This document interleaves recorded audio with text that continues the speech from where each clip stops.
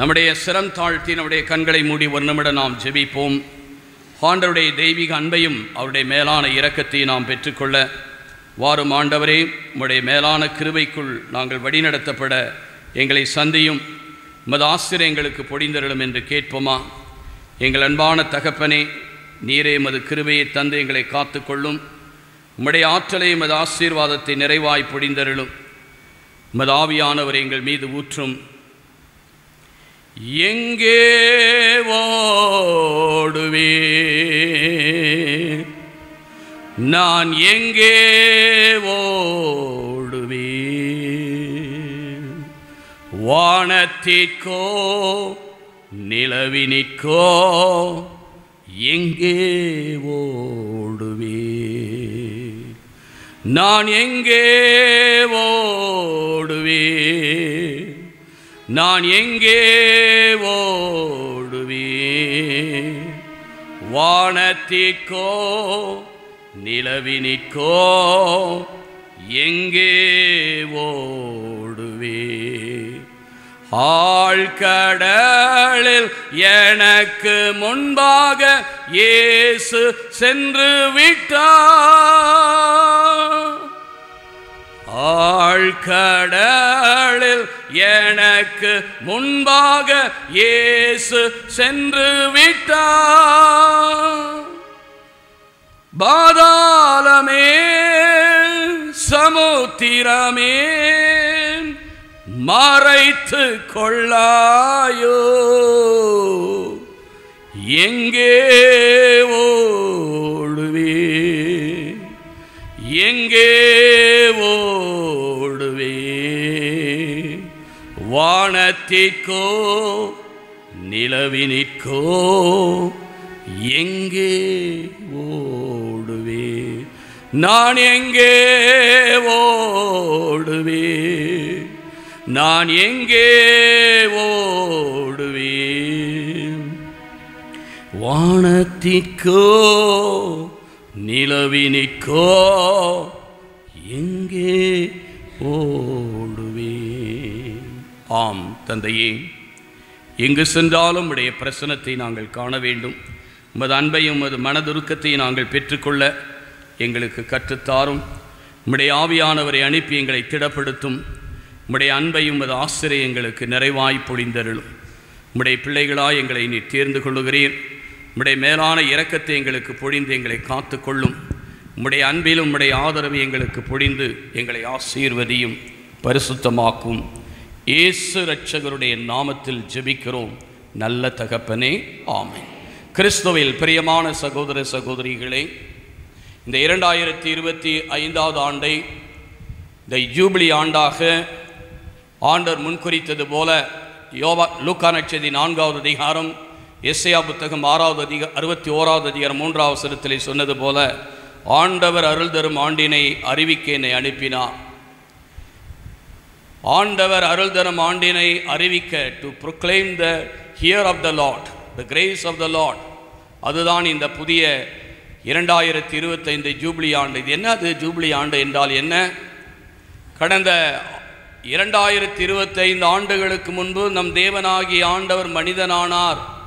The word become flesh. யோவான் 1:14 குறிப்பிடப்பட்டிருக்கிறது. வார்த்தை மனு உருவானார், நம்மிடையே குடிக்கொண்டார். இம்மானுவேல், கடவுள் மாமிச ஆவியான தேவன் மாமிசம் எடுத்து இந்த பூமியிலே மனிதனாக வந்ததை தான் இந்த 2025 ஆண்டு நமக்கு சுட்டி காட்டுகிறது. இந்த 2025 இந்த ஆண்டிலே இறைவன் நமக்கு அருள் ஆண்டாக நமக்கு பிரகடனம் செய்யப்பட்டிருக்கிறது. இந்த அருளை நாம் நிறைவாக பெற்றுக்கொள்ள சிறப்பாக இந்த முதல் செவ்வாய்க்கிழமை அன்று ஆண்டவருடைய பிரசன்னத்திலே நாம் காத்திருக்கிறோம். அவருடைய அன்பையும் நம்முடைய மனதுருக்கத்தையும் நாம் நிறைவாக பெற்றுக்கொள்ள அர்ப்பணிப்போமா? யாராவது இப்படி வந்தால் கொஞ்சம் அனுப்ப, இந்த பக்கம் விடாதீங்க, இந்த பக்கம் கூட யாரும் விடாதீங்க, எனக்கு டிஸ்டர்பன்ஸாக இருக்குது. எனக்கு அருமையான சகோதர சகோதரிகளே, இதோ இன்று வாசிக்கப்பட்ட நற்செய்தியிலே மார்க் நற்செய்தி 6வது அதிகாரம் 34வது வசனத்தில் என் ஆண்டவர் சொல்லுகிறார், ஆயன் இல்லா ஆடுகள், the sheep without the shepherd. அப்பா அம்மா இல்லாத பிள்ளை மாதிரி, அனாதை மாதிரி, நூல் இல்லாத சேலை மாதிரி, இறைவன் இல்லாத ஒரு வாழ்க்கை வெறுமை என்பதையும், ஆயனில்லா ஆடுகள், without the shepherd there is no flock or sheep, ஆடுகள் இருக்க முடியாது. வேணா கோயில் ஆடுன்னு சொல்லி வெளியே ஓட்டி விட்றாங்க பார்த்தீங்களா, அது ஊரெல்லாம் சுற்றி தெரியும். அந்த மாதிரி இன்றைக்கி நிறையா மக்கள் இவ்வெளியிலே அலைந்து கொண்டிருக்கிறார்கள். நல்ல மேய்ப்பன் இல்லை. ஆண்டவராக இயேசு கிறிஸ்து ஒருவர் தான் சொல்லியிருக்கின்றார். யோவான் நற்செய்தி 10வது அதிகாரம் 9-10 வசனங்களிலே, ஐ ஆம் த குட் ஷெப்பர்ட், நானே நல்ல மேய்ப்பன், நானே நல்ல மேய்ப்பன். ஏன் அவர் நல்ல மேய்ப்பன்? தன் ஆடுகளுக்காக தன்னுடைய ஜீவனை கொடுத்தார். என் ஆடுகளுக்காக என்னுடைய ஜீவனை கொடுக்கிறேன். அதுவும் சாதாரண வாழ்வு அல்ல, சாதாரண 2025 ஆண்டை சந்திப்பதல்ல. லைஃப் இன் அபண்டன்ஸ், நிறைவாழ்வு. நிறைவாழ்வு, உன் வாழ்வில் நிறைவு இருக்க வேண்டும். அந்த நிறைவு என்ன? ஆன்மீகத்திலும் சரி, உலக காரியத்திலும் சரி, வாழ்வின் காரியங்களிலும் நாம் நிறைவுள்ளவர்களாக இருக்க வேண்டும். ஏனென்றால் நம்முடைய தகப்பன் எப்படிப்பட்டவர்? மத்தேயு நற்செய்தி 5:48 சொல்லுகிறது, be perfect as your heavenly father is perfect. உங்கள் தந்தை நிறைவுள்ளவர். நிறைவுள்ளவர்னா அந்த மாரல்ல ஏதோ ஒழுக்கத்தில் நிறைய, அப்படி அல்ல, எல்லாத்திலும் இஸ் ஃபுல்னஸ். அவர் நிறைவுள்ளவர், அவர் நிறைவானவர். ஆகவே தான் 1 கொரிந்தியர் புத்தகம் 13வது அதிகாரம் 10வது வசனத்தில் ஆண்டவர் குறிப்பிடுவது இதுதான். நிறைவுள்ளது வரும்போது, when the fullness comes, all your weakness will be disappearing. உன்னுடைய குறைகள் எல்லாம் இந்த ஆண்டிலே மறைந்து போகும். அவர் நிறைவுள்ளவராய் உங்களுடைய வாழ்க்கையில் வரும்போது உங்களுடைய வாழ்க்கையில் இருக்கிற குறைவெல்லாம் மறைந்து போகும். அதுதான் இன்று வாசிக்கப்பட்ட 1 யோவான் கடிதம் 4வது அதிகாரத்திலே, God is love, God is love, கடவுள் அன்புள்ளான். அவர்கள் அன்பிலே இருக்கிறவர்கள் கடவுளுக்குள் பிறந்தவர்கள். they are children of God. அன்புள்ளவர், கடவுளுக்குரியவர்கள், அன்பானவர்கள். தங்களுக்குள்ள அன்பு இருக்கிறது, கடவுளுடைய அன்பு இருக்கிறது, மற்றவர்கள் மீது அன்பு காட்டுவார்கள் சொல்லிட்டு இன்றைக்கு வாசிக்கப்பட்ட யோவான் கடிதம் முதல் கடிதத்தில் 4வது அதிகாரம் 10வது வசனத்தில் சொல்லப்பட்டிருக்கிறது, நாம் அவரை அன்பு செய்வதால் நம்மை அவர் அன்பு செய்வதில்லை. not because that we love him that he loves us. நாம் அன்பு செய்வதால் நம்மை அவர் அன்பு செய்யவில்லை.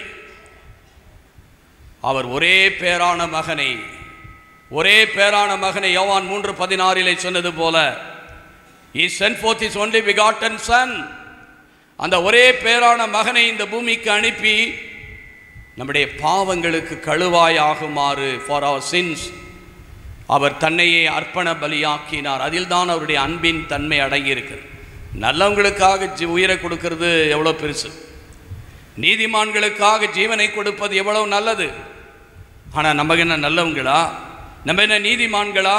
நாம் என்ன பரிசுத்தவான்களா? பாவிகளாக இருந்தும், though we are sinners, he gave his life for us. அவருடைய வாழ்க்கையை, ஜீவனை நமக்கு தந்திருக்கிறார். ஆகவே நாம் உண்மையில் ஆசீர்வதிக்கப்பட்டவர்கள். இதான் யோவான் 3:16 சொல்லுகிறது. எபிரேயர் 5:8-9 வாசித்து பாருங்கள். பாவிகளாக இருந்தும் கிறிஸ்து நம்மை அன்பு செய்கிறார். அவருடைய இரத்தத்தால் நாம் அவருக்கு ஏற்புடையவர் ஆக்கப்பட்டிருக்கிறோம். எனவே அந்த நிறைவை தான் நாம் நிறைவாக பெற்றுக்கொள்ள இன்று நாம் அழைக்கப்படுகிறோம். அந்த நிறைவின் வாழ்வை சிறப்பாக இந்த இறை வார்த்தையின் வழியாக, இந்த இறை வழிபாட்டின் வழியாக நாம் ஒவ்வொருவரும் இறை ஆசிரை பெற நம்மை ஒப்புக் கொடுப்போம். அதில் மிகச்சிறப்பாக இன்று நான் வாசித்த மார்க் நற்செய்தி 6வது அதிகாரம், இன்றைய வாசகம் 34 44 வரை தான் நான் 30 வாசித்தேன். அதை தொடர்ச்சியை வாசித்தேன் என்றால் அதில் ஆழமான சத்தியம் இருக்கிறது. அங்கே என்ன சொல்லப்பட்டிருக்கிறது? 30வது வசனத்திலே 31 come away by yourself to a lonely place. நீங்கள் தனிமையான இடத்துக்கு வாரீங்க. இப்பொழுது நீங்கள் எல்லாம் அந்த இடத்துக்கு வந்திருக்கிறீங்க. ஆண்டவருடைய பரிசுத்த தலத்துக்கு வந்திருக்கிறீர்கள். தேவனுடைய இல்லத்துக்கு நீங்கள் தேடி வந்திருக்கிறீர்கள்.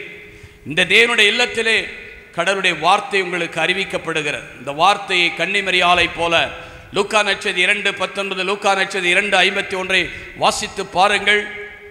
அவள் இதயத்தில் அந்த வார்த்தையை இருத்தினால், she treasured and pondering, தன்னுடைய இதயத்தில் அந்த வார்த்தையை வைத்து அவர் சிந்தித்தாள். நம்ம வாழ்நாள் முழுவதும் பலவற்றை சிந்தித்து கொண்டிருக்கிறோம். எப்படி கல்யாணம் கட்டுறது, எப்படி பிள்ளையை பெற்றுக்கிறது, எப்படி வீடை வாங்கிறது, எப்படி இந்த கடனை பிரச்சனையை தீர்க்கிறது, இந்த புது வருஷம் வந்தாலே புது வருஷம் வந்தால் நல்ல வருஷம் வரும்னு நினைக்கிறான். அப்படிலாம் ஒன்றும் வராது. ஆண்டவர் வந்தால் வரும். அவர் உங்களோடு இருந்தால் வரும்.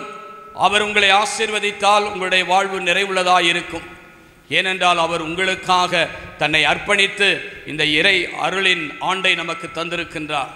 எனவே என் அன்பார்ந்த சகோதர சகோதரிகளே, அவர் நமக்குள் வந்தார் என்றால், அவர் நம்மோடு இருந்தார் என்றால், நம்மை கரம் பிடித்து வழி நடத்தினார் என்றால், நம்மை ஆசீர்வதித்து நம்மோடு அவர் பயணித்தார் என்றால், இந்த ஆண்டு முழுவதும் தேவனுடைய ஆசீர்வாதத்தை நாம் நிறைவாக பெற்றுக்கொள்வோம். அதற்காகத்தான் இன்று நான் வாசித்த இந்த மார்க் நற்செய்தி 6:34 ஷீப் வித்அவுட் த ஷெப்பர்ட், ஆயனில்லா ஆடுகள். நாமெல்லாம் ஆயனுள்ள ஆடுகள். நம்முடைய மெய்ப்பன் உண்மையான மெய்ப்பன். அந்த மெய்ப்பன் இப்படிப்பட்ட கடவுளுடைய இதயத்துக்கு பிரியமானவர். தாவீது கடவுளுடைய இதயத்துக்கு பிரியமானவன் என்று திருத்தூதர் பணி 13வது அதிகாரம் 22வது வசனம் குறிப்பிட்டு சொல்லுகிறது. அதே போல எரேமியா 3வது அதிகாரம் 15வது வசனம் குறிப்பிடுகிறது. அவருடைய இதயத்துக்கு பிரியமான மெய்ப்பனாய் நீங்களும் நானும் இருக்க வேண்டும். அந்த மெய்ப்பனுடைய மந்தையிலே நாம் இருக்கிறோம். மெய்ப்பன் இருந்தால் அது பசும்புல் மேய்ச்சலில் இளைப்பாறச் செய்யும். திருப்பாடல் 23 உங்களுக்கு நன்றாக தெரியும். அவர் பசும்புல் மேய்ச்சல் இளைப்பாறச் செய்வார். அமர்ந்த தண்ணீரண்டை நம்முடைய தாகத்தை தனியே செய்வார். நம்முடைய பாத்திரம் நிரம்பி வழிகிறது. எதிரிகளுக்கு முன்னால் விருந்தொன்றை அவர் ஆயத்தப்படுத்துவார். அருளும் நன்மையும் நம்மை புடை சூழும். ஆகவே இந்த 2025வது ஆண்டிலே தேவனுடைய அருள் நம்மை ஆட்கொண்டு என்னாலும் வழிநடத்தும்படி நம்மை நாம் ஒப்புக் கொடுப்போம். அந்த நல்ல மெய்ப்பனை அவர் சொல்லுகிறார். மெய்ப்பன் எப்பொழுது முன்னால் போகிறார். யோவான் நற்செய்தி 10:2 சொல்லுகிறது, என் ஆடுகள் என் குரலை அறிகின்றன. My sheep knows my voice. நானும் அவைகளை அறிவேன். நாம் அந்த தேவனுடைய சப்தத்தை கேட்டு நம்முடைய உள்ளத்தையும் வாழ்வையும் என்னுடைய இரக்கத்துக்குள்ளே நம்மை ஒப்புக் கொடுப்போம். எல்லாரும் சிரம் தாழ்த்துவோமா? நம்முடைய கண்களை மூடிய வண்ணமாய் ஒரு நிமிடம், ஆண்டவரே, நீரே நல்ல மெய்ப்பனாய் இருக்கின்றீர். உம்முடைய இரக்கத்துக்குள்ளும் பரிவிலும் நாங்களும் எங்களுடைய குடும்பமும் உம்முடைய ஆசீர்வாதத்தில் பங்கேற்க உதவி செய்யும். எங்களுடைய வாழ்வை நீர் ஆசீர்வதியும்.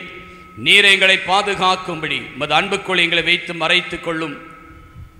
அப்பா பிதாவே, அன்பான தேவா, அருமை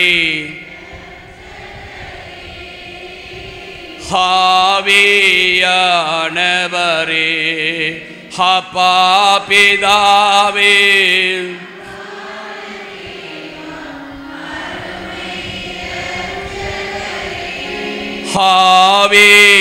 ஆவியானவரே, எங்கோ நான் வாழ்ந்தேன்,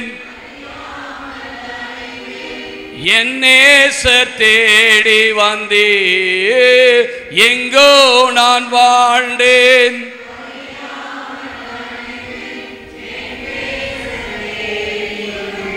நெஞ்சார அணைத்து நிழலாய் மாற்றிவிட்டே. நெஞ்சார அணைத்து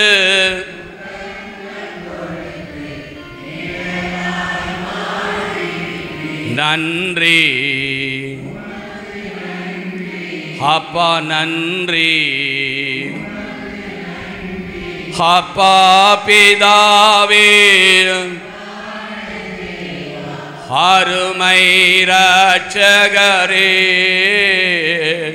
ஆவி உடையான சேற்றில் வாழ்ந்த என்னை தூக்கி எடுத்தீரே.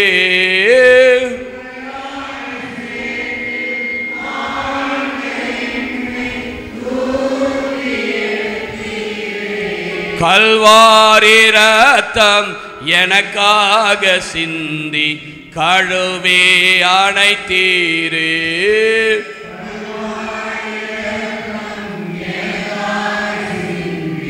கழுவே நன்றி அப்பா, நன்றி அப்பா பிதாவே, அருமை ஆவி அப்பா பிதாவே அன்பான தேவம் ஆவியானவரே ஆவி.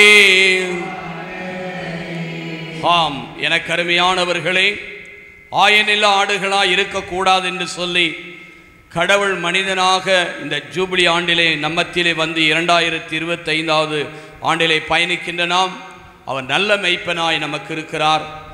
இதை எசேக்கியேல் புத்தகம் 34வது அதிகாரம் 11 to 17 வசனங்களிலே 7 நிறைவான ஒரு மெய்ப்பனுடைய பண்புகளை இங்கு சொல்லப்பட்டிருக்கிறது. அவைகளிலே அவர் நம்மை அழைக்கின்றார். இதோ காயங்களை கட்டுகின்றார், காணாதாட்டை தேடி கண்டுபிடிக்கின்றார். இதோ நமக்கு ஜீவனை கொடுத்து நம் வாழ்வுக்கு அவர் ஆதரவாய் இருந்து நம்மை காக்கும்படி அவர் நமக்கு துணை செய்கின்றார். அன்பார்ந்தவர்களே, பாருங்கள், இங்கே ஆண்டவராகிய இயேசு கிறிஸ்து அவர் அக்கறைக்கு வந்த பிறகு பெருங்கூட்டம் அவரை காண்கிறது. அந்த வேளையில் அவர் அந்த கூட்டத்தின் மீது மனம் இறங்குகிறார். இயேசு மனம் இறங்குகிறார் என்று மார்க் நற்செய்தி 6வது அதிகாரம் 34வது வசனம், மத்தேயு நற்செய்தி 14:14 சொல்லுகிறது. அவர் மனம் இறங்குகிறார். இன்றைக்கு இந்த கூட்டத்தின் மீது அவர் மனம் இறங்கி என்ன சொல்லப்பட்டிருக்கிறது? மார்க் நற்செய்தி இந்த நற்செய்தியிலே நெடுநேரம் போதித்தார். He preached many things, பலவற்றை அவர் போதித்தார் என்று வேதம் சொல்லுகிறது. எனக்கு அருமையானவர்களே, பாருங்கள், அவர்கள் மீது மனம் இறங்கி அவர்களுக்கு நெடுநேரம் போதித்தார், பலவற்றை போதித்தார் என்று வேதம் சொல்லுகிறது. அப்படி என்றால் என்ன? இன்றைக்கு மனிதனுக்கு போதனை தேவை. போதனை இல்லாமல் மக்கள் அழிந்து கொண்டிருக்கிறார்கள். கடவுளுடைய வார்த்தை இல்லாமல் மக்கள் அழிந்து கொண்டிருக்கிறார்கள். கடவுளுடைய போதனை, கடவுளுடைய வழிநடத்தல். போதனை நாட் ப்ரீச்சிங், ஏதோ டீச்சிங் அல்ல, கடவுளுடைய வழிநடத்தல் தான் போதனை. ஆகவே ஆண்டவரிடந்து நாம் கற்றுக்கொள்வதற்காக இந்த ஆண்டு கொடுக்கப்பட்டிருக்கிறது. ஆகவே பலவற்றை அவர்களுக்கு கற்பித்தார். இங்கே அப்படி சொல்லுது. மத்தேயு நற்செய்தி 14வது அதிகாரத்தில் என்ன சொல்லப்பட்டிருக்கிறது தெரியுமா? இதோ அவர்கள் நோய்களை எல்லாம் குணமாக்கி. நோயினா நம்மெல்லாம் உடல் நோயை தான் நினைப்போம். மனிதனுக்கு பலவிதமான நோய்கள் இருக்கின்றன. உள்ளத்தின் நோய், ஆன்மாவிலே நோய், பலவிதமான நோய்களில் இருக்கிற மனிதன் நிறைவாழ்வை பெறுவதற்காக அவர் தன்னையை ஒப்பு கொடுக்கிறார். ஆகவே தான் அவர் அந்த நெடுநேரம் போதித்தார் என்று சொல்லப்பட்டிருக்கிறது. இதில் என்ன நடந்துச்சுன்னா, அந்த வாழ்க்கையிலே நிறைவாய் இருந்து ஆசீர்வாதத்தை கொடுக்கிறவர். எனக்கு அருமையானவர்களே, நடந்தது என்ன தெரியுமா?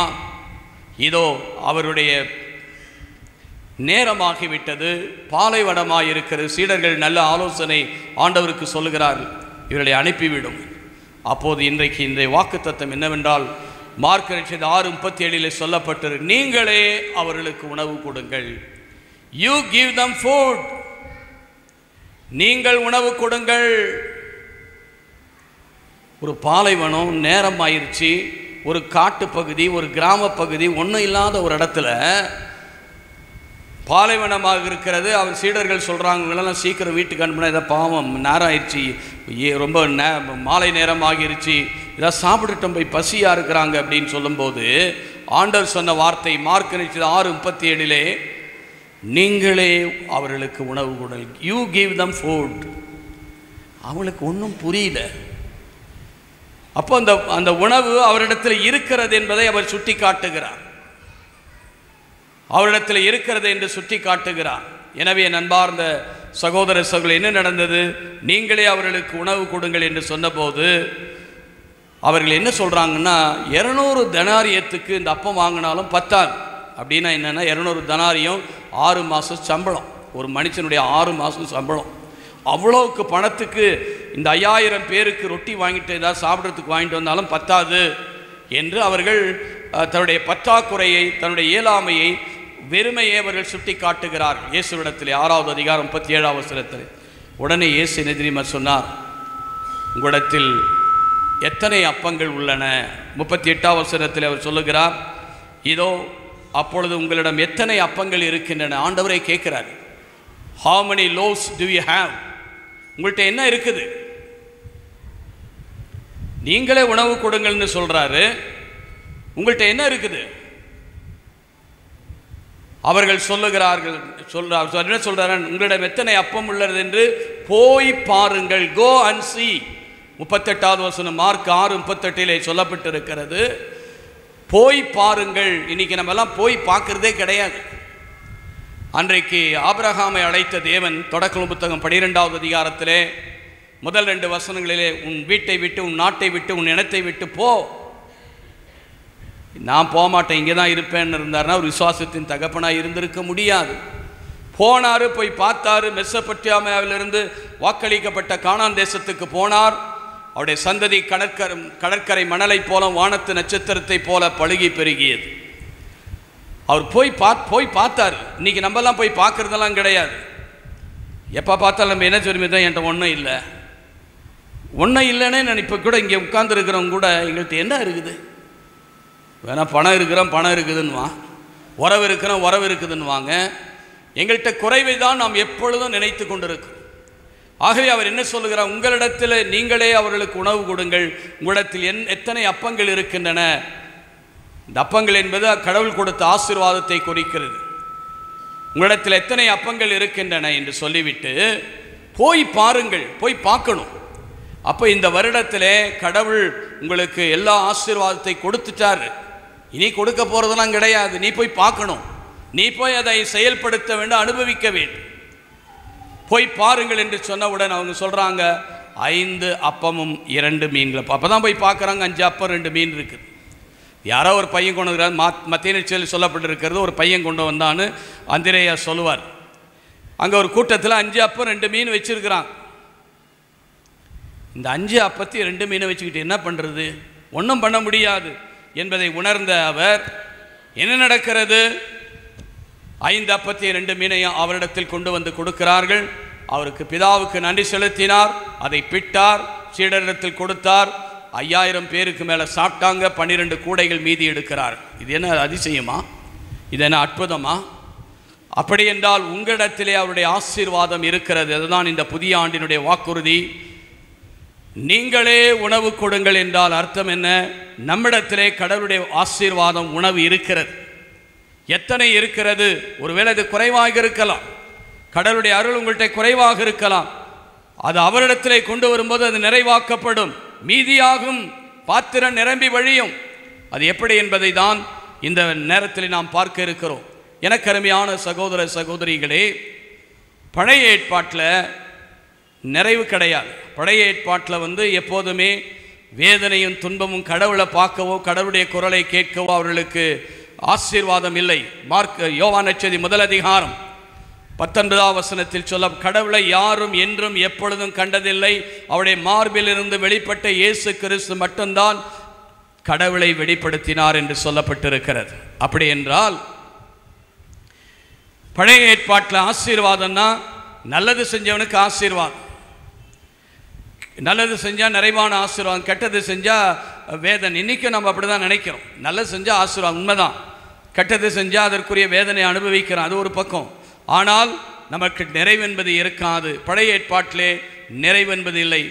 ஆகவே தான் ஆண்டவராக இயேசு கிறிஸ்து என்ன பண்ணுகிறார், இந்த 5 அப்பமும் 2 மீனும் எதை குறிக்கிறது என்றால், பழைய ஏற்பாட்டில் இருக்கிற 5 பென்டட்யூக் 5 புத்தகங்களை குறிக்கிறது, சட்ட புத்தகங்களை குறிக்கிறது. ஆதியாகமம், விடுதலை பயண புத்தகம், இணைச்சட்டம், எண்ணாகும், லேவியராகும், உபாகமம். இந்த 5 புத்தகங்களை சுட்டி காட்டுகிறது. சட்ட புத்தகம் என்று சொல்லப்படும்.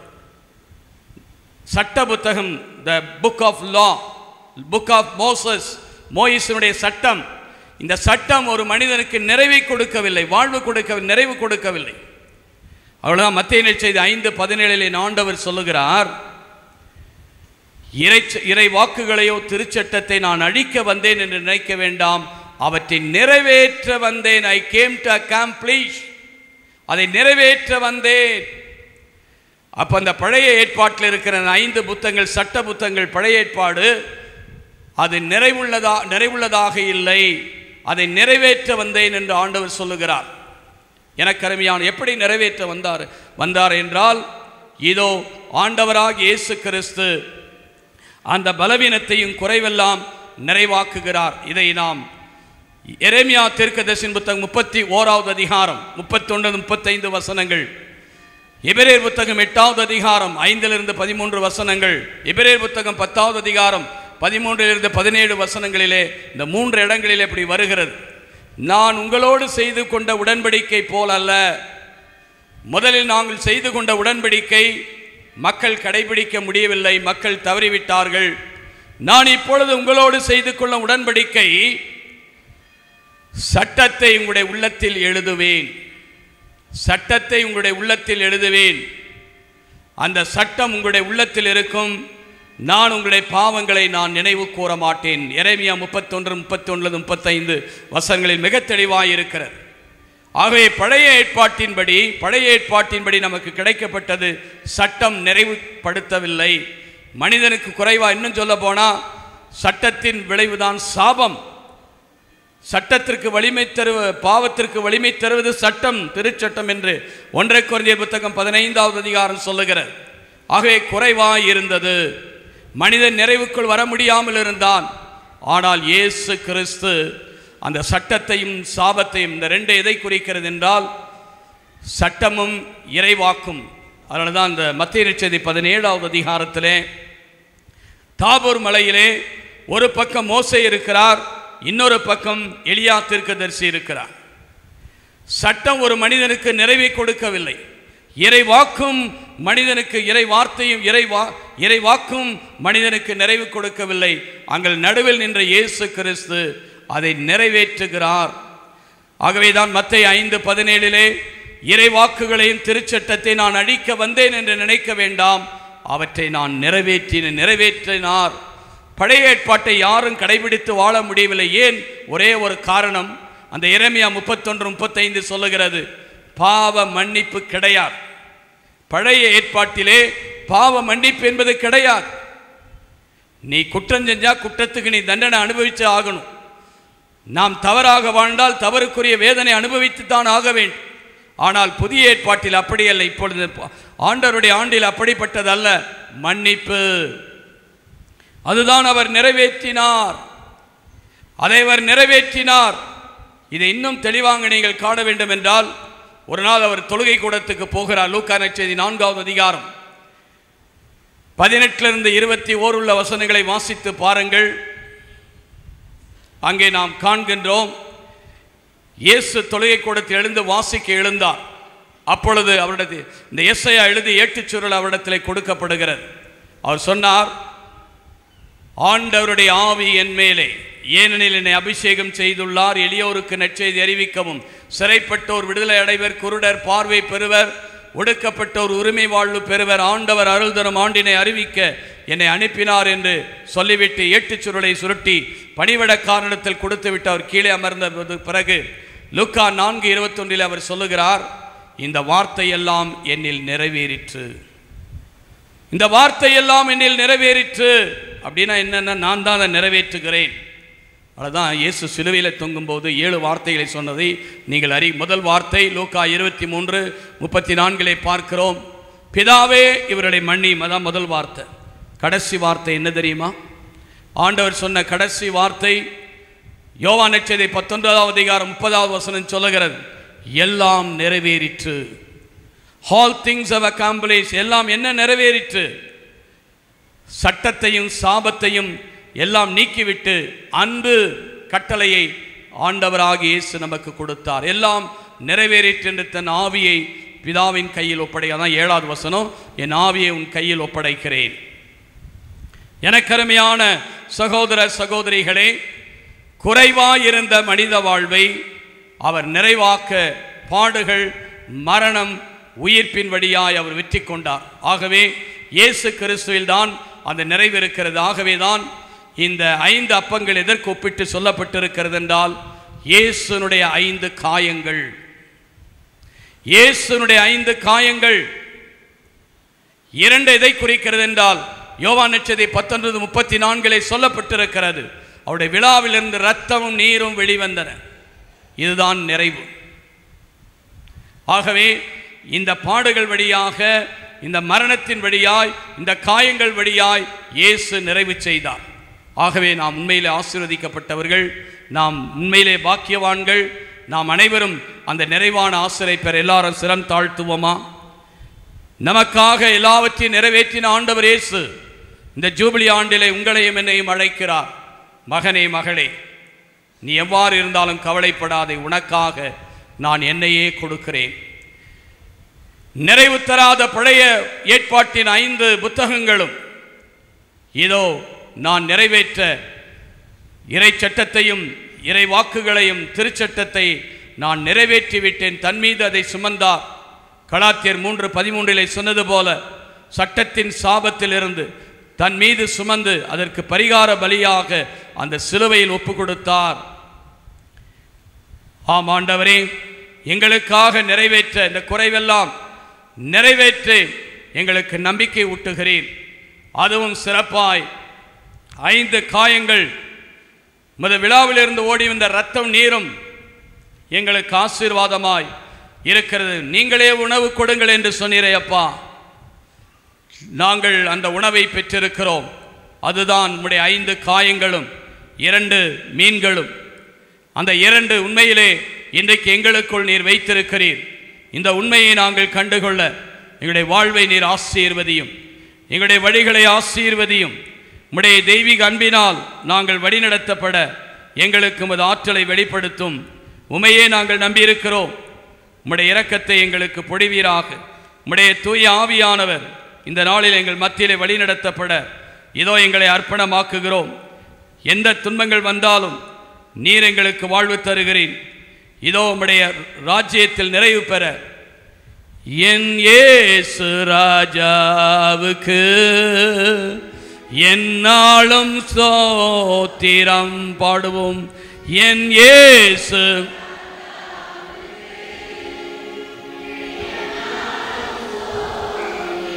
என்னோடு வாழ்பவர்க்கு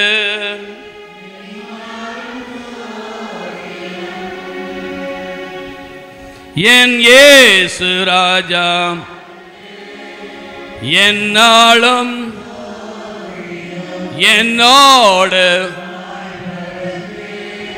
என்னாலும் கர்த்தாவே நீர் செய்த நன்மைகளை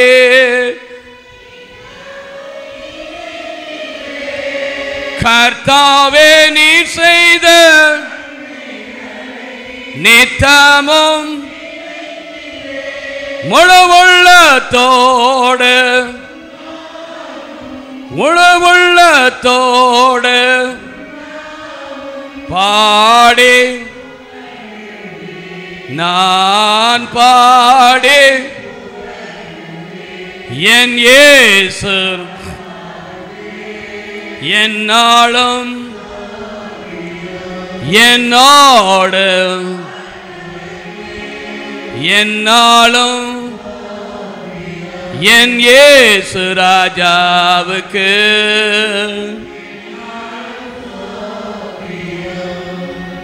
இனி நான் வாழ்வது உமக்காக உமது மகிமைக்காக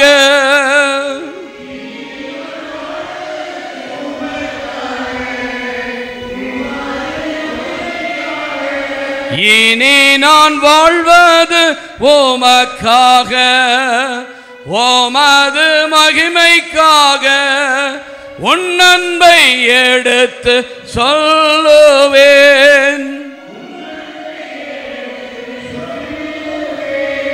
ஓயாமல்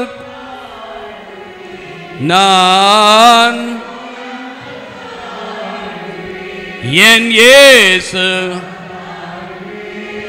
என்னாலும் ஸ்தோத்திரம் என்னோடு என்னாலும் ஸ்தோத்திரம் என் இயேசு ராஜாவுக்கு என்னோடு வாழ்பவர்க்கு இனி நான் வாழ்வது உமக்காக உமது மகிமைக்காக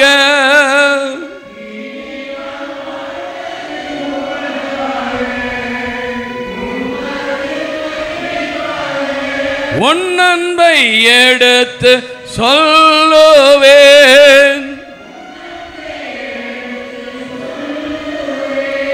ஓயாமல் பாடுவேன்,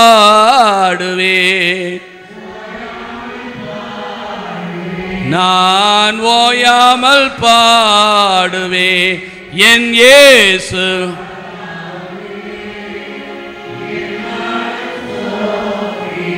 என்னோடு வாழ்பவர்க்கு நெருக்கப்பட்டேன், தள்ளப்பட்டேன், நேசர் நீர் அணைக்கின்றீர்.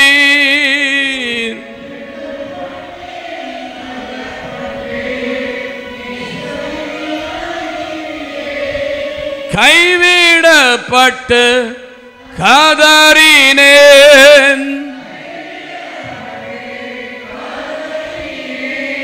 நேசர் நீர் அணைத்தீரே.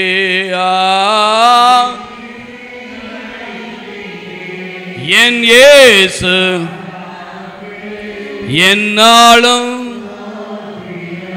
என்னோடு என்னாலும் என் இயேசு என்னாலும் சோத்திரம் என்னோடு என்னாலும் சோத்திரம். ஆம், எனக்கு அருமையான சகோதர சகோதரிகளே, இந்த புதிய ஆண்டிலே உங்களையும் என்னையும் பார்த்து ஆண்டவர் சொல்லுகிற வார்த்தை மார்க் நற்செய்தி 6:37 யூ கிவ் தம் ஃபுட், நீங்களே உணவு கொடுங்கள். இதுக்கு ஒரு உதாரணத்தை சொல்கிறேன் பாருங்க. யோவான் நற்செய்தி 4வது அதிகாரத்திலே மத்திய வேளையில் இயேசு சிக்கார் என்ற ஊருக்கு போகிறார். அங்கே ஆபிரகாமுடைய கிணறு அங்கே இருக்கிறது.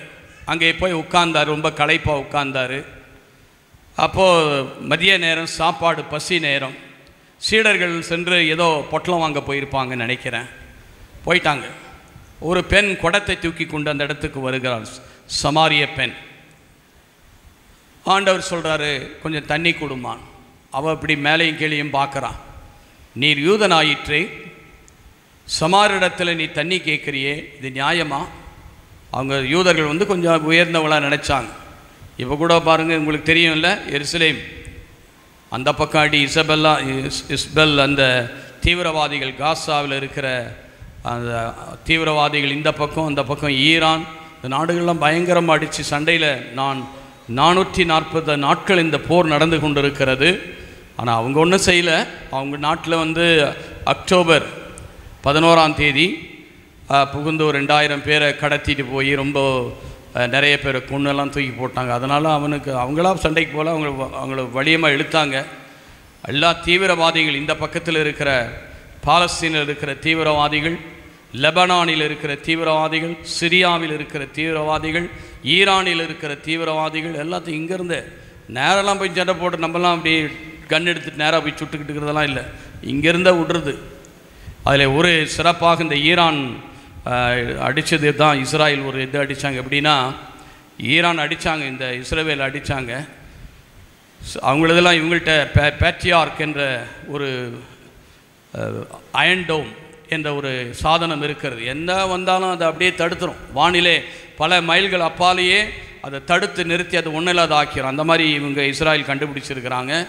அது அடுத்தடுத்து அனுப்புறதுனால சில டெக்னிக் ப்ராப்ளம். அந்த மாதிரி சில இஸ்ரேல் அடித்த போது 100 விமானங்கள், போர் விமானங்கள் இந்த இஸ்ராயல் என்ன பண்ணாங்கன்னா, ஒரு நாள் அதிகாலையிலே 100 விமானங்கள் சென்று அவருடைய அந்த இடத்த, அந்த தயாரிக்கிற அந்த நியூக்ளியர் வாம் எல்லாம் தயாரிக்கிற அந்த இடத்த போய் அப்படியே அங்கேயே பாம்பெல்லாம் போட்டுட்டு சத்தம் இல்லாத திரும்பி வந்துட்டாங்க அந்த நாட்டுக்குள்ளே போய். அவ்வளோ டெக்னிக்கு. இங்கேருந்தெல்லாம் இங்கே கன் எடுத்து நேராக அடிக்கிறதெல்லாம் கிடையாது. நேராக அங்கேயே போய் அடிச்சுட்டு அவ்வளோ டெக்னிக், அவ்வளோ வல்லமை படைத்தவர்கள் யூதர்கள். அவளை யாரும் இத்தினூண்டு நாடு தான், கேரளாவில் பாதி இருக்கும், அந்த பெரியப்பட்ட நாடு, அதில் தான் யூதர்கள் இருக்கிறார்கள். அவர்களை போல ஒரு ஞானமும் வல்லமையும் ஆற்றலும் படைத்திருந்த உலகத்தில் யாருமே கிடையாது. அந்த அளவுக்கு இன்றைக்கு அமெரிக்காலாம் கூட அவங்களோட தான் இருக்கிறாங்க. அவ்வளோ செல்வாக்கு படைத்த அமெரிக்க வல்லரசெல்லாம் கூட அந்த இஸ்ராயலுக்கு பயப்படுறாங்க. ஏன்னு கேட்டால் அவங்கள்ட்ட அவ்வளோ செல்வாக்கும், அந்த நாடு ஒரு செல்வாக்கு. அது ஒரு வறட்சியான பாலைவனம் தான். அதான் நம்ம பைபிளில் படிக்கிறோம் இல்லை, எல்லாம் வறட்சி தான். செங்கடல், இந்த மாதிரியெல்லாம் இருக்குது. அதையெல்லாம் அவர்கள் இந்த சொட்டு நீர் பாசனம் போட்டு நல்ல விவசாயம் பண்ணி பயங்கரமாக கடவுளுடைய ஆசீர்வாதம். ஆனால் இன்னும் இந்த மீட்பரை கண்டுகொள்ளவில்லை. கடவுளுடைய பிள்ளைங்க தானே, கடவுள் ஆசீர்வதிக்கின்றார் எப்படியோ. ஆனால் அவங்க செய்கிறது 45,000 காசா பாலஸ்தீனர்களை கொன்று குவித்து விட்டார்கள். அது பெரிய தவறு. எத்தனையோ உயிர்கள் இதனால் நாசமாகிவிட்டது. அவங்க போர் ரைட்டு ஓகே, சண்டை தேவைதான். ஆனால் இத்தனை உயிர்கள் இன்றைக்கி பரிதாபமாக போயிடுச்சு. இந்த மாதிரியெல்லாம் பல உலக நாடுகள்லாம் அதை குரல் கொடுக்கின்றன.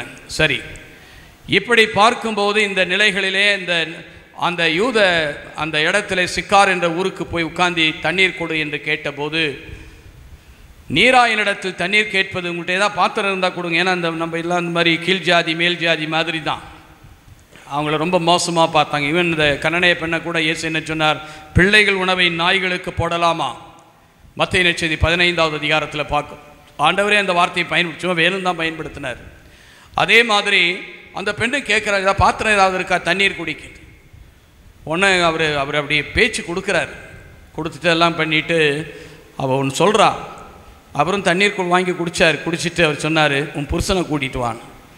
இப்போ என் புருஷன் இல்லை. ஆமாம், 5 பேர், 5 அந்த வார்த்தை அங்கே வருகிறது. இந்த 5 எதை குறிக்கிறது தெரியுமா? இந்த பழைய ஏற்பாட்டினுடைய இந்த சமாரியர் கூட யூதர்கள் தான். அவர் கொஞ்சம் தவறான வழியில் போனதெல்லாம் அந்த ஒரு டீவியேஷன் ஆனது. அந்த 5 புருஷன்கள் இருந்தால் உனக்கு நிறைவு தரல. இப்போ இருக்கிற உன் புருஷன் இல்லைன்றார். உடனே அவளுக்கு ஆச்சரியம் வந்துடும், உனக்கு எப்படி தெரியும் எனக்கு 5 புருஷன் இருந்தான்னு? அப்போ தான் அப்போ சொல்லுவா, நாங்கள் வழிபடுவோம் கெரிசி மலை, நீங்கள் வழிபடுவோம் எருசலேமில். அவர் சொன்னார், கெரிசி மலையில் இல்லை, எருசலேமிலும் கிடையாது. ஏன் இன்னைக்கு போப்பாண்டவர் நம்முடைய கத்தோலிக்க திறவை ஏன் இன்னைக்கு ரோமாபுரியில் இருக்கிறது? Suppose to be in Jerusalem. அங்கே தானே ஆண்டவர் பிறந்து வளர்ந்து பாடுபட்டு மரித்து உயிர்த்தார். அந்த இடத்துல தானே அவர் இருக்கணும். ஆனால் அப்படி இல்லை. ரோமர் ராஜ்யம் என்பது ஒரு வல்லரசு. அதெல்லாம் தூக்கி குப்பையில் போட்டுட்டு ஆண்டவருடைய ஆட்சியை நிறுவி இருக்கிறார். இறையாட்சியை நிறுவியிருக்கிறது என்ற அடையாளமாகத்தான் இந்த ரோமாபுரியிலே திருத்தந்தையினுடைய வாட்டிக்கான் சிட்டி அது அங்கே இருக்கிறது. ஆகவே இந்த நிலையில் அவர் என்ன பண்ணுகிறார் என்றால், இந்த எருசலேம் மலை இல்லை, கெரிசி மலையும் இல்லை, சத்தியத்திலும் யோவான் நற்செய்தி 4:23 சொல்லப்படும், சத்தியத்திலும் ஆவியிலும் தொழுகிறவரையே கடவுள் தேடுகிறார் என்று சொல்லுகிறார். அப்போ உடனே அவர் குடத்தை கீழே வச்சுட்டு அப்புறம் சொன்னார், இந்த தண்ணீரை குடிப்பேன் தாகம் கொள்வான், நான் கொடுக்கிற தண்ணீரை குடிப்பவனோ தாகம் கொள்ளான். அப்படின்னா கொடுங்க ஆண்டவரே. அந்த ஆண்டவர்னு சொல்ல, ஆண்டவர்னு தெரியாது அவளுக்கு, இவர் யாரோ ஒரு யூதன் உட்காந்து பேசிட்டு இருக்கிறாருன்னு. அப்போ அவள் என்ன சொல்கிறான்னா, இந்த தண்ணீர் எனக்கு அந்த தண்ணீரை கொடு, நான் தண்ணீர் தூக்க தேவையில்லை. அதுக்குள்ளே சீடருங்க வந்துட்டாங்க, பொட்டலம் வாங்கிட்டு வந்துட்டாங்க, சாப்பாடு வாங்கிட்டு வந்துட்டாங்க, மதியானம் சாப்பாடு வாங்கிட்டு வந்து ஆண்டவரே சாப்பிடும். அவர் சொன்னார், நீங்கள் அறியாத ஒரு உணவு எனக்கு இருக்கிறது. there is one more food you met that may you not know. நீங்கள் அறியாத ஒரு உணவு எனக்கு இருக்கிறது. என் பிதாவின் சித்தத்தை செய்வதே என்னுடைய உணவு. doing my will of my father is my food. இவர் என்ன சித்தத்தை பண்ணிட்டு இருக்கிறார்? ஒரு பெண்ணுகிட்ட பேசிட்டு இருக்கிறார். இவ விரக்தி அடைஞ்சு 5 புருஷனை வச்சு 5 புருஷன் என்பது பழைய ஏற்பாட்டை குறிக்கிறது. 5 புருஷனை வச்சு நிறைவடையாதவள், அவள் மனமாற்றம் அடைந்து இவர் மீட்பர். முதல்ல இவர் ஒரு யூதன் என்று நினைத்தால், பின்பு அவர் ஒரு இறைவாக்கினர், நான் மெசியாவை கண்டேன் என்று ஊரு பூரா அப்புறம் போய் சொல்கிறான். அவள் மெசியாவை கண்டு கொண்டாள். அவளுடைய வாழ்க்கை மாறியது. அதே போல தான் என் அன்புக்குரிய சகோதர சகோதரிகளே, இதோ அவள் 5 புருஷன்களை வைத்திருந்தோம், உலக பிரகாரமான வாழ்விலே நிறைவு வைத்திருந்தோம். அது அவளுக்கு நிறைவு தரவில்லை. ஆண்டவர் அங்கு வந்தவுடன் அது அவளுடைய வாழ்வு நிறைவாய் மாறியது. இன்றைக்கி நீங்கள் நிறைய பணம் வச்சிருக்கலாம், நிறைய உறவுகளை வைத்திருக்கலாம், நிறைய வேலைகளை செய்யலாம், பல சூழ்நிலைகளை நீங்கள் இந்த உலக பிரகாரமாய் நிறைவுள்ளவர்கள் என்று நீங்கள் நினைத்து கொண்டிருக்கலாம். அது நிறைவு தராது. ஆண்டவராகி இயேசு கிறிஸ்து உங்களிடத்தில் வந்தார் என்றால், அவர் உங்களோடு தங்கினார் என்றால், எப்படி சக்கையோய் பாருங்கள், அவன் பெரிய பணக்காரன், சீஃப் டாக்ஸ் கலெக்டர், பெரிய பணம் சம்பாதிக்கிறவன். அவருடைய வீட்டுக்கு அவர் சொன்னார், லூக்கா 19:9, இழந்ததை தேடி மீட்க மானிட மகன் வந்தார். அந்த வீட்டில் பணம் இருந்துச்சு, நல்ல அதிகாரம் இருந்தது, ஆனால் சமாதானம் இல்லை, அன்பு இல்லை, ஒற்றுமை இல்லை, ஆசீர்வாதம் இல்லை, மகிழ்ச்சி இல்லை. இழந்ததை தேடி மீட்க மானிட மகன் வந்தார். The Son of Man has come to seek and search the lost.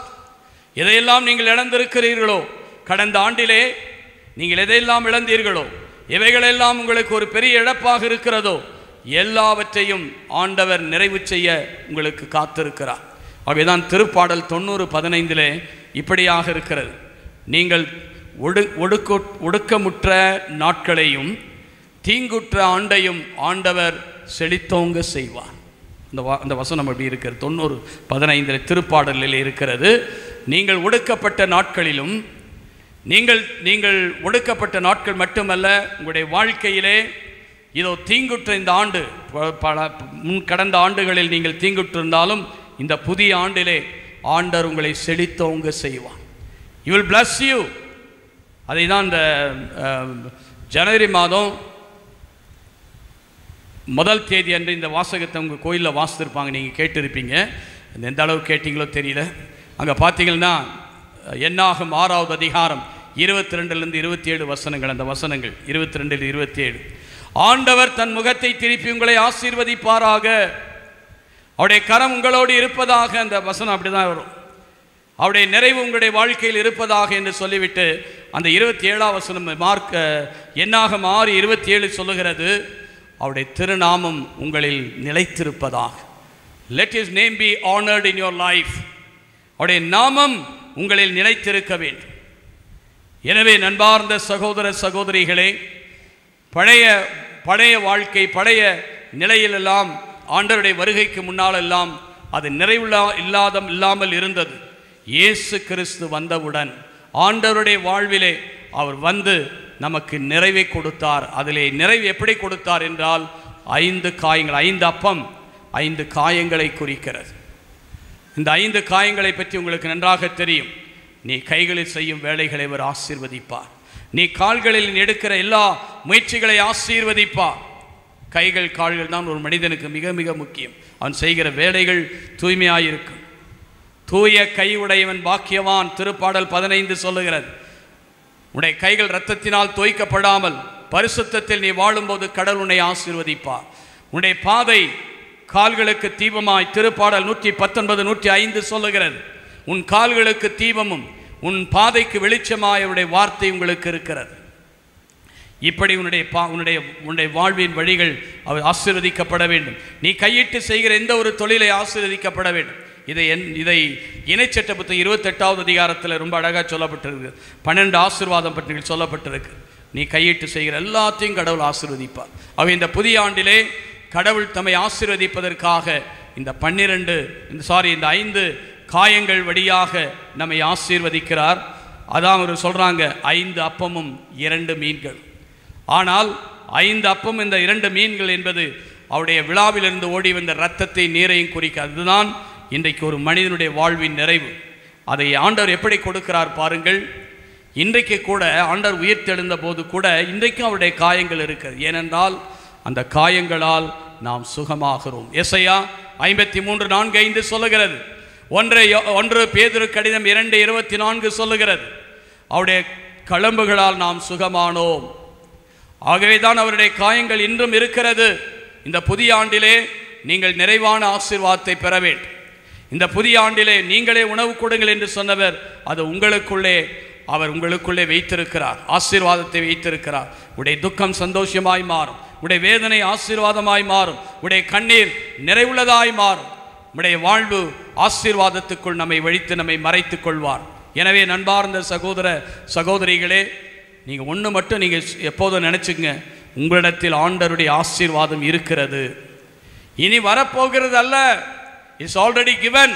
நான் அது எப்படின்ற அடுத்த செஷன் இதில் சொல்கிறேன். நான் அந்த உணவு, ஆண்டவருடைய உணவு உங்களுக்குள் இருக்கிறது. ஆண்டவருடைய ஆசீர்வாதம் உங்களுக்குள் இருக்கிறது. அதை நீங்கள் கண்டுபிடித்து விட்டீர்கள் என்றால் இந்த புதிய ஆண்டு ஒரு பெரிய ஆசீர்வாதத்தின் ஆண்டாக இருக்கும். நிறைவுள்ள வாழ்வாக இருக்கும். எல்லாரும் சிரம் தாழ்த்துவோமா? ஒரு நிமிடம் கண்களை மூடி, ஆண்டவரே எனக்கு என்ன கொடுத்திருக்கிறீர்? உண்மையே கொடுத்திருக்கு, வேற என்ன எனக்கு வேண்டும்? 1000 இருந்தும் எல்லாம் இருந்தும் என்ன பயன்? நீர் இல்லாத வாழ்க்கை வெறுமை. சக்கருடைய வீட்டுக்கு வந்தீர், நீர் எல்லாவற்றையும் கொடுத்தீர். இதோ காணா ஒரு திருமணத்துக்கு வந்தீர், உம்முடைய குறையிலே இறுதி வரை நல்ல ரசமாய் இறுதி வரை இருக்கும்படி நீர் செய்தீர். எல்லாம் இடத்தில் கொடுத்தீர். நீர் ஒருவர் மட்டும் எங்களுடைய வாழ்க்கையில் இருந்தால் போதுமானதாய் இருக்கும். நிறைவுள்ளதாயிருக்கும், ஆசீர்வாதமாயிருக்கும். அந்த ஆசிரை நாங்கள் நிறைவுள்ளத்தோடு பெற்று கொண்டிருக்கிறோம். எங்களுக்கு ஏற்கனவே நீர் தந்திருக்கிறீர். அந்த நிறைவாழ்வை நாங்கள் ஆதாயமாக்கிக் கொள்ள நீர் எங்களுக்கு சொல்லித்தாரும். யாரிடம் செல்வோம் இறைவா, வாழ்வு தரும் உம்மிடமன்றோ. யாரிடம் செல்வோம் இறைவா, இறைவா, இறைவா, இறைவா, பாடுவோம். இறைவா, இறைவா, அலைமோதும்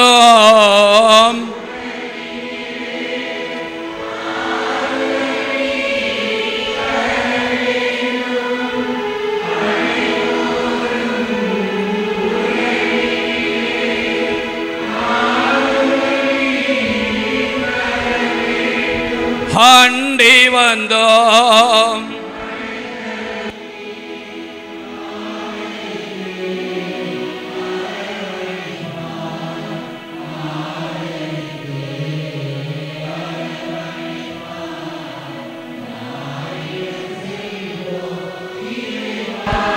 வாழ்வு தரும்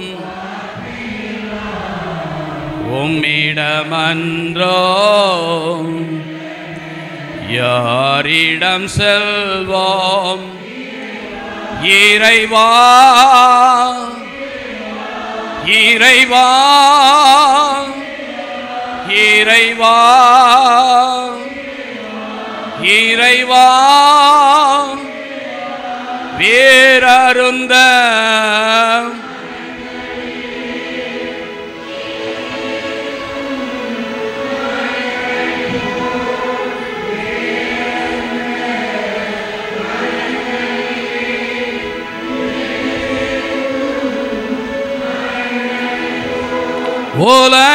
உலகிருக்கும் உனது மனம், உனது மனம். யாரிடம் செல்வோம் வாழ்வு தரும் உம்மிடமன்றோ. யாரிடம் செல்வோம் இறைவா, இறைவா, இறைவா, இறைவா. ஆம் அன்புக்குரியவர்களே, இந்த வார்த்தை எங்கு வருகிறது? யோவான் 6:68 பேதுருவை பார்த்து ஆண்டவர் சொன்னார். 63 நீங்களும் போய்விட நினைக்கிறீர்களா? அவர் சொன்னார், யாரிடம் போவோம்? Where shall we go? You have the words of eternal life. முடிவில்லாத வாழ்வு தருகிற வார்த்தையில் மிடம்தானே இருக்கிறது. ஆக உம்மை நம்பி நாங்கள் இந்த ஆண்டிலே வந்திருக்கிறோம். ஆண்டவரே, நாங்கள் யாரிடம் போவோம்? இந்த உலகத்தில் எங்கே போனாலும் இந்த பாடு நம்பனே ஓடுவேன். எங்கே ஓட முடியும்? எங்கே ஓடினாலும் பிரச்சனை, எங்கே ஓடினாலும் பாவமானம், எங்கே ஓடினாலும் கண்ணீர், எங்கே ஓடினாலும் பிரச்சனைகள் தான். ஆனால் என் அன்புக்குரிய சகோதர சகோதரிகளே, நிறைவுள்ளதாய் நாம் இருக்கும்படி நீங்களே அவர்களுக்கு உணவு கொடுங்கள். இந்த காயங்கள் 5 காயங்கள் இயேசு நமக்காக ஏற்பட்ட அந்த 5 காயங்கள், 5 கண்டம், the continents, 5 continents in the world. இந்த 5 கண்டத்துக்காக இயேசு 5 காயங்களை ஏற்று அந்த காயங்கள் வழியாக அந்த உணவை நமக்கு தருகிறார். இதை சொல்லும்போது இப்பொழுது எனக்கு ஆண்டவர் உணர்த்துகிறார். அது அவருடைய மகிமைக்காக சொல்லுகிறேன். சென்ற வாரத்திலே நான் என்னுடைய ஆலயத்தில் இருந்து வெளியே வரும்போது ஒரு அம்மா நடந்து வந்து கொண்டு நடக்க முடியாத அவங்க வந்துக்கிட்டே இருக்கிறாங்க. அவங்க வந்து என்ன பண்ணாங்கன்னா, அவங்க காலில் பூரா புண்ணு, அப்படியே சீடு வடிது, ரத்தம், அழுக்கு கிழுக்கெல்லாம். அந்த அம்மா வந்தாங்க. நானும் வெளியில் வந்தேன், என்னுடைய அறையிலிருந்து வெளியே வந்தேன். வந்தவுடனே ஜெபிக்கணும் ஃபாதர். நாங்கள் சரி ஒரு பாதி மனசு தான். அன்றைக்கி நமக்கு டயர்டாக வேறு மத்தியான நேரம். சரின்ட்டு அவங்க வந்து சரி இதில் சேரில் உட்காருமா அப்படி என்னிடத்தில் ஆவியானவர் சொல்லுகிறார். என்ன சொல்லுகிறார் என்றால், அவங்களுடைய காலை தொட்டு நீ ஜெபினார். எனக்கு ஒரு அன்னீசியாக தான் இருந்துச்சு. காலு பூரா புண்ணு, இந்த சீலு வடியுது, இந்த நிறையா புண்ணு, ஒரே காலு பூரா புண்ணு. இதை எப்படிரா தொட்டு? என் மனசில் நான் உணர்ந்ததை நான் சொல்லுகிறேன். ஆவியான சொன்ன நீ தொட்டு நீ ஜெபி. சில நேரங்கள் ஆண்டவர் இப்படி சொல்லுவார். ஆண்டவர் சில நேரத்தில் வார்த்தையினால் குணப்படுத்தினார், ஆவியின் எண்ணெய் தொட்டு குணப்படுத்தினார், கடிந்து கொண்டு நோய்களை குணப்படுத்துகிறார். அது ஆண்டவருடைய மெத்தடு. அவர் எப்படி வேணாலும் குணப்படுத்துவார். நீ அதை தொட்டு நீ ஜெபி அப்படின்னார். நான் எண்ணெய் எடுத்து, எண்ணெய் ஜெபிக்கிற எண்ணெய் எடுத்து காலில் தொட்டு, அவங்க இத்தனைக்கும் வேறு சபையை சேர்ந்த, மற்ற சபையை சார்ந்த ஒரு சகோதரி.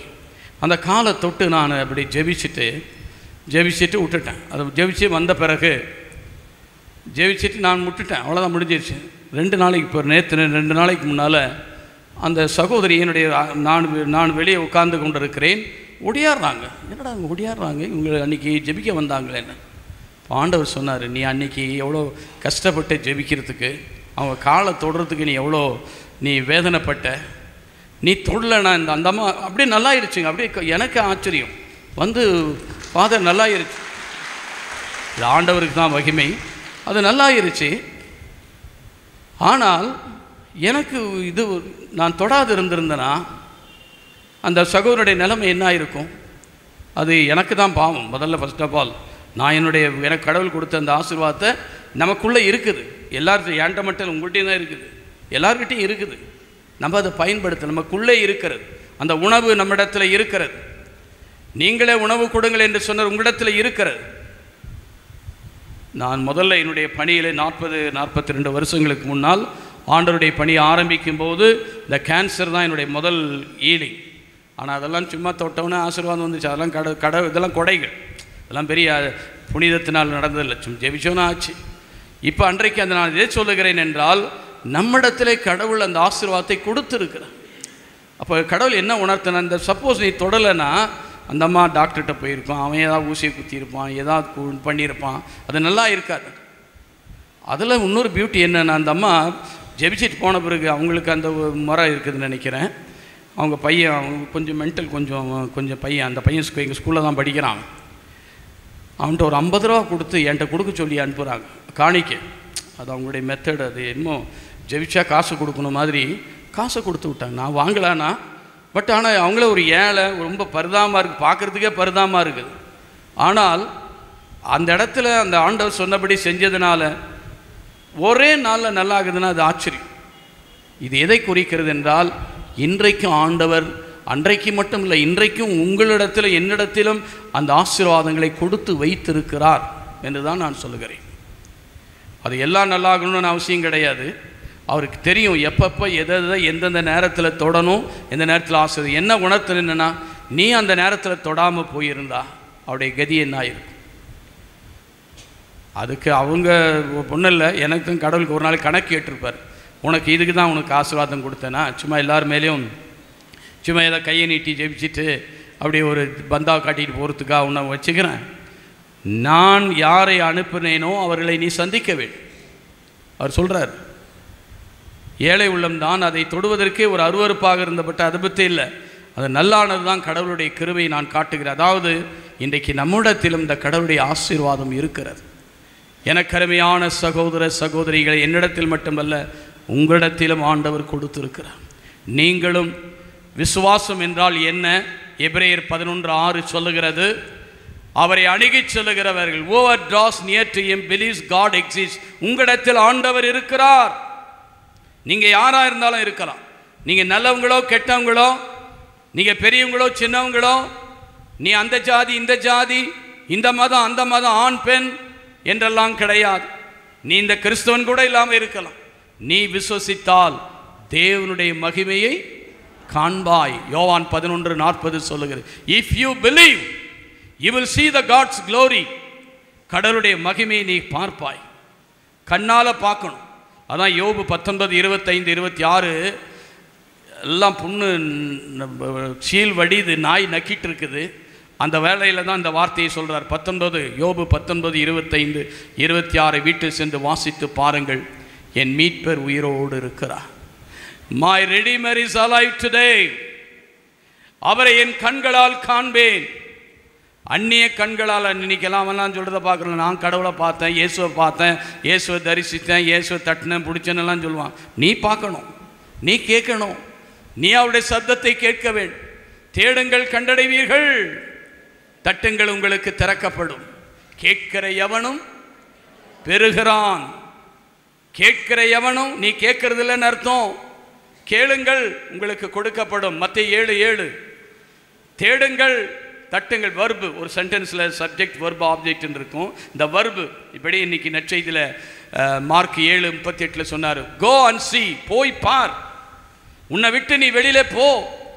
நீ உன் விசுவாசத்தில் கம்ஃபர்ட் ஜோனில் இருக்காத. நம்ம இங்கே நம்முடைய நிலையில் இருந்துக்கிட்டு நம்ம ஆண்டவரை தரிசிக்க முடியாது. ஊதாரி மைந்தனை பாருங்கள், லூக்கா 15:17. அவன் தன்னுணர்வு பெற்று எழுந்து தந்தையிடம் போனான். அவன் சேத்திலே உட்கார்ந்துருந்தான, சேத்தில் தான் உட்கார்ந்துருக்கணும். நாம் அப்படிதான், நாம் வெளியே வர வேண்டும். கோ அண்ட் சி, வந்து பார் என்று ஆண்டவர் சொன்னது போல போய் பார்க்கணும். ஆண்டவரை நாம் நம்மளிலிருந்து வெளியிலே போய் ஆண்டவரை தரிசித்தால், போய் பார்த்ததுன்னா 5 அப்பம் 2 மீன் அவர்களுக்கு கண்களுக்கு பட்டன. அது குறைவுதான்.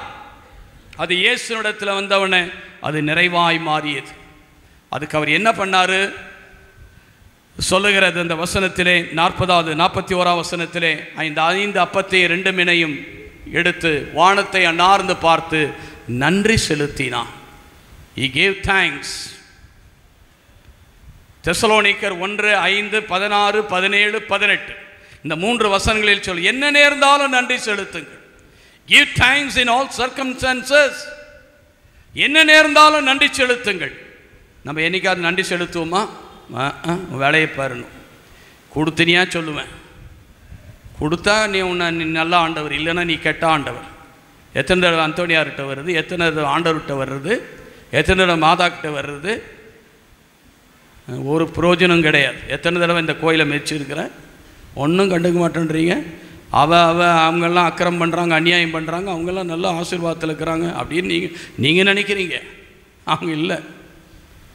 எனக்கு அருமையான சகோதர சகோதரிகளே, நாம் இறைவனை என்ன நேர்ந்தாலும் நன்றி செலுத்துங்கள். 1 தெசலோனிக்கர் 5:16. Give thanks in all circumstances. கிடைச்சா மட்டும் நன்றி அல்ல, இந்த நிலைக்கும் ஆண்டவரே நான் உமக்கு நன்றி செலுத்துகிறேன், ஏனென்றால் நீர் என்னை கைவிட மாட்டேன். விசுவாசம் என்ன? அவரை அணுகி சொல்ல அவர் இருக்கிறார், உங்களுக்குள் இருக்கிறார். இங்கே இருக்கிறார் உண்மைதான், அதே ஆண்டவர் உங்களுக்குள்ளும் இருக்கிறார், உங்களுக்குள்ளும் இருக்கிறார். அந்த 2 காரியம் எதை குறிக்கிறது?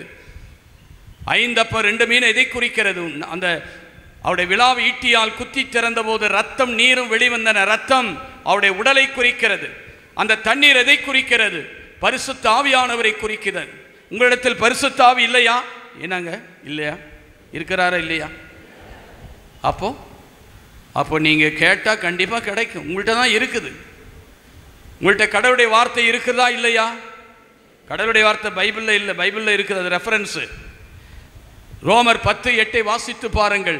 இணைச்சட்ட புத்தகம் 30:12 வாசித்து பாருங்கள். தம்பி அப்படி போப்பா. இறை வார்த்தை உங்களுக்குள் இருக்கிறது, உங்கள் இதயத்தில் இருக்கிறது. நான் சொல்றது பொய்யில்லை, பைபிளை நீங்கள் பார்த்து பாருங்க. உங்கள் இதயத்தில் இருக்கிற, உங்களுடைய நாவில் இருக்கு, உங்கள் அருகில் இருக்கிற, உள்ளத்தில் விசுவசித்து நாவினால் ஒவ்வொரு நாளும் அறிக்கை செய்ய வேண்டும். அதை கடைபிடித்து வாழ வேண்டும் கன்னிமரியாளை போல. அப்போ உனக்குள் இருக்கிறது கடவுளுடைய வார்த்தை, உனக்குள் இருக்கு. பைபிள் ரெஃபரன்ஸ் தான், இட்ஸ் ஒன்லி ரெஃபரன்ஸ். அதுதான் அங்கே நான் உங்களுக்கு ஏற்கனவே சொன்னேன். எரேமியா 31:35, எபிரேயர் புத்தகம் 8வது அதிகாரம், எபிரேயர் புத்தகம் 10வது அதிகாரத்தில் நான் கடவுளுடைய சட்டத்தை உன் இதயத்தில் எழுதுவேன். அங்கே கல்லில் எழுதினார். மோசேவுக்கு கல்லில் எழுதி கொடுத்தாரு, அது தூக்கி உடைச்சிட்டாரு, திரும்பியும் போய் எழுதிட்டு வந்தார். ஆனால் இன்றைக்கு உன்னுடைய உள்ளத்தில் எழுதப்பட்டு இருக்கிறது, அதை கண்டுபிடிக்கணும். உனக்குள் ஆவி இருக்கிற, ஆவி குடிக்கொண்டிருக்கிறார். 1 கொரிந்தியர் 3:16, யோவான் நற்செய்தி 14:16 வாசித்து பாருங்கள். நான் பிதாவிடத்தில் கேட்பேன், அவர் மற்றொரு துணையாளர் உங்களுக்கு தருவார், அவர் உங்களுக்குள் இருப்பார், அவர் உங்களோடு இருப்பார், உங்களுக்குள் இருக்கிறார். பரிசுத்த ஆவி உங்கள் குடிக்கொண்டிருக்கிறார். 1 கொரிந்தியர் 3:16, எபேசியர் புத்தகம் 4:30, பரிசுத்த ஆவியை துக்கப்படுத்தாதீர்கள். உங்களுக்குள் அந்த 2 கடவுளுடைய தன்மை இருக்கிறது, கடவுளுடைய பிரசன்னம் உங்களுக்குள் இருக்கிறது. அதை நீங்கள் வெளிக்கொணர்ந்தீங்கன்னா, if you exercise the word of God and the Holy Spirit, அதை நீங்கள் முழுமையாக வெளிப்படுத்தினீர்கள் என்றால் அங்கே நன்மைகள் நடக்கும். அவை கூடாதவைகள் கூட கூடும், இயலாதவை இயலச் செய்யும், காணக்கூடாதவை காண செய்வார், நிறைவில்லாததை அவர் நிறைவு பெறச் செய்வார். எனவே நண்பார்ந்த சகோதரர், அந்த 5 காயங்கள் இயேசோடு இருக்கிறது. அதே போல பிரான்சிஸ் ஆஃப் அசிசி அவர் வாங்கிக்கிட்டார் அந்த 5 காயத்தை. அவரிடத்தில் அந்த 5 காயத்தை கொடுத்தார். அந்த பாடுகளிலே அவர் பங்கேற்றார். ஆனால் உலகத்தின் பாவங்களை சுமந்து தீர்த்த தேவாட்டுக்குட்டி யோவான் 1:29 பார்க்கிறோம். நமக்காக திருவெளிப்பாடு 13:8 சொல்லப்பட்டிருக்கிறது, உலகம் தோற்றம் முதல் அடிக்கப்பட்ட ஆட்டுக்குட்டி, from the beginning of creation, அடிக்கப்பட்ட ஆட்டுக்குட்டியை நான் கண்டேன். திருவெளிப்பாடு 13:8 சொல்லுகிறது. அங்கிருந்தே கடவுள் நமக்கு மீட்பின் திட்டத்தை உருவாக்கி கொண்டிருக்கிறார். இயேசு கிறிஸ்துவில் நிறைவடைந்து விட்டது. அவர் என்ன பண்ணாருன்னா, தெய்வீக ஆசீர்வாதத்தை இறை வார்த்தையின் வழியாக உள்ளத்திலும் பரிசுத்த ஆவியானவரை நமக்குள்ளும் கொடுத்து நம்மை தெய்வீக மக்களாய் ஆசீர்வாதமாய் கொடுத்திருக்கிறார். ஆகவே நீங்களே மற்றவர்களுக்கு உணவு கொடுக்க வேண்டும். உணவுனா என்ன? ஒரு ஆசீர்வாதம், ஒரு நிறைவு.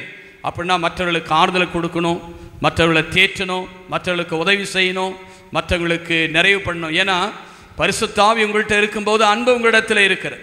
கடவுளுடைய வார்த்தை அன்பானது. அந்த அன்பு உங்களுக்குள்ளே இருக்கு, அதான் அன்புன்னு சொல்கிறோம். அதை இன்னொரு வார்த்தை, இன்னொரு பக்கமாக என்ன சொல்கிறோம்? கடவுளுடைய வார்த்தை, கடவுளுடைய ஆவியானவர் உங்களுக்குள் இருக்கிறார். இந்த 2025 ஆண்டிலே நாம் அவற்றை செயல்படுத்தினோம் என்றால் அற்புத அதிசயன்றது செகண்டரி, ஆசீர்வாதம் நிறைவாயிருக்கும். நீ வாயை திறந்த ஆசீர்வாதம் வரும், நீ கையை தொட்ட ஆசீர்வதிக்கப்படும், நீ எங்கே காலை வைக்கிற அந்த இடத்தெல்லாம் சமாதானம் வரும். ஒரே ஒரு உதாரணத்தை வேதத்தில் சொல்லுங்க. லூக்கா 1:39 வாசித்து பாருங்கள். இதயா மலை தேசத்து கன்னிமரியால் விரைந்து சென்றாள், போய் எலிசபெத்தை வாழ்த்துகிறாள்.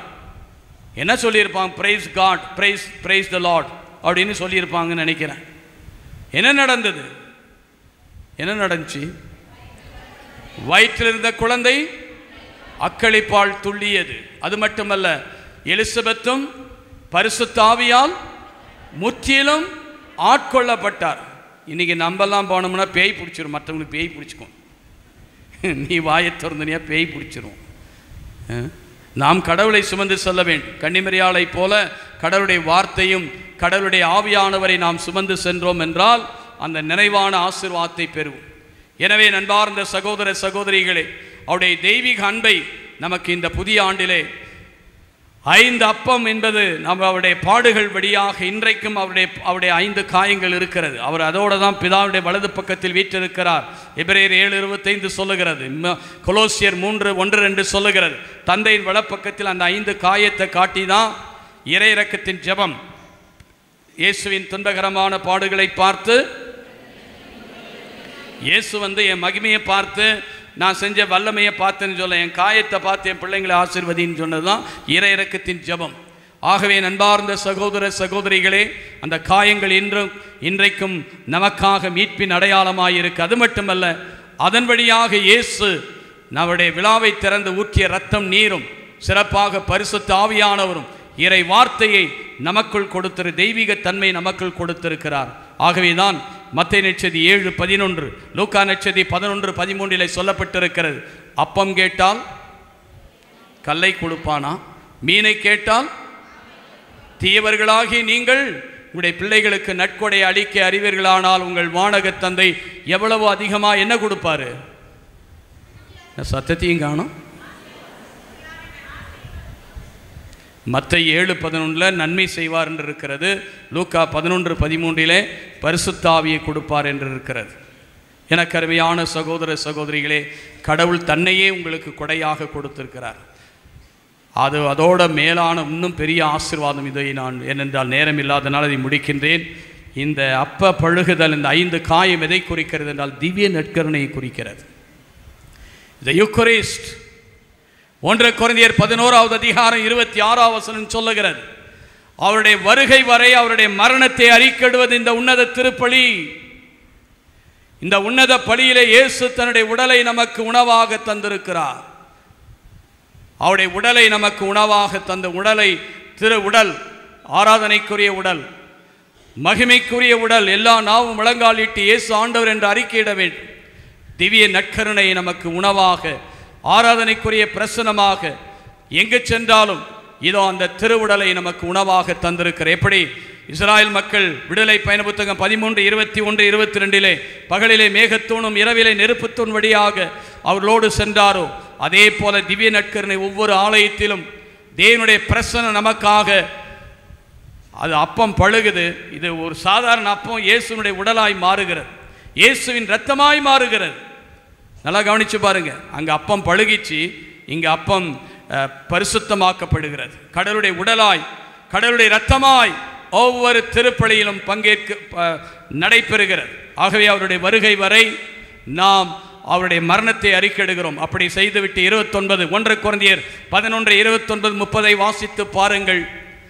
நாம் தகுதியான முறையில் இந்த அப்பத்தில் பங்கு கொண்டால் உங்களில் நலிவற்றவர்கள் இருக்க மாட்டார்கள், நோயாளிகள் இருக்க மாட்டார்கள், அநேகர் இறந்து போயிருக்கிறார்கள். அப்படின்னா அர்த்தம் என்னன்னா, நீ பாவின்றதுக்கு, பாவிங்களுக்கு தான் இந்த உடலை கொடுக்குறாரு, அதனால் நான் பாவி அதனால் நான் வாங்க மாட்டேன், அப்படி இல்லை. இயேசு உயிரோடு இந்த அப்பத்தில் இருக்கிறார் என்று நீ விசுவசிக்க வேண்டும். You should believe. நீ பாவிங்களுக்கு தான் பரிசுத்தமானாகிறது தான் இது கொடுக்குறாரு, உண்மை. அதனால் நீ ரொம்ப பேர் என்ன, ஐயோ நான் அதனால் வாங்க மாட்டேன், நான் சும்மா வந்து உட்காந்து கேட்டுட்டு போவேன், அதெல்லாம் இல்லை. நீ அந்த திருவிருந்திலே பங்கேற்க வேண்டும். ஆனால் அதில் உயிரோடு என் தேவன் மீட்பர் உயிரோடு இருக்கிறார். அது அந்த உயிரோடு அல்ல, மீட்பர் என்னோடு இருக்கிறார் என்று நீ விசுவசித்து நீ அந்த அப்பத்தை நீ வாங்கினாய் என்றால் உன்னுடைய நலிவற்ற நிலைமை நலமுள்ளதாய் மாறும். நோய்கள் நீங்கும், நோய்கள் நீங்கும். நீ சாவி என்பது பாவத்தின் விளைவுதான், சம்பளம், பாவத்தின் சம்பளம் தான் மரணம். ஆகவே அந்த மரணத்திலிருந்து நீங்கள் விடுதலை பெற முடியும். வாழ்வெடித்து இந்த புதிய ஆண்டிலே நீங்களே உணவு கொடுங்கள் என்று பெற்றோர்கள் தன்னுடைய பிள்ளைகளுக்கு நீங்கள் தான் உணவு. மற்றவர்கள் இந்த உலகத்திற்கு நீங்கள் தான் உலகிற்கு ஒளி, நீங்கள் தான் உலகிற்கு உப்பாக இருக்கிறீர்கள். ஆகவே இறைவன் ஒவ்வொருவருக்கும் அவருடைய ஆசீர்வாதம் கொடுத்திருக்கிறார். அதை கண்டெடுத்து அதை பயன்படுத்தி இந்த புதிய ஆண்டை வல்லமையுள்ள சிறப்பான வழிநடத்தலை பெற எல்லாரும் முழங்காலில் அமர்வோமா? ஆண்டவரை நோக்கி நாம் பார்ப்போம். தேவனுடைய கரம் இந்த அற்புதமான இந்த நாளிலே நம்மை ஆசீர்வதித்து வழிநடத்தும்படி வாரும். ஆண்டவரே, எங்கள் மத்தியிலே இறங்கி வாரும், எங்களை நீர் வழிநடத்தி ஆசீர்வதியும் என்று சொல்லி ஒப்பு கொடுப்போம். நாம் நிறைவுள்ள தேவனுடைய கரங்களில் ஒப்பு கொடுக்க அழைக்கப்படுகிறோம். ஆண்டவர் தாமே இந்த நாளில் நம்மை ஆசீர்வதிக்கும்படி எல்லாரும் கண்களை மூடி கரங்களை விரிப்பீர்களா? வாரும் ஆண்டவரே, எங்களை முழுமையாய் இந்த திருவிருந்திலே பங்கேற்பதற்கு முன்பு நீங்களே உணவு கொடுங்கள் என்று சொல்லியிருக்கிறீர். நாங்களும் எங்களிடம் பெற்றுக்கொண்ட ஆசீர்வாதங்களை இதோ உள்ளத்திலும் எண்ணத்திலும் சிந்தனையிலும் உமக்கு அர்ப்பணமாக்க ஒப்பு கொடுக்கிறோம். நீர் எங்களை பரிசுத்தமாக்கும். அன்பே, கல்வாரி அன்பே, ஆமை என் உள்ளம் அன்பே, ஆமை என் உள்ளம் தாகம்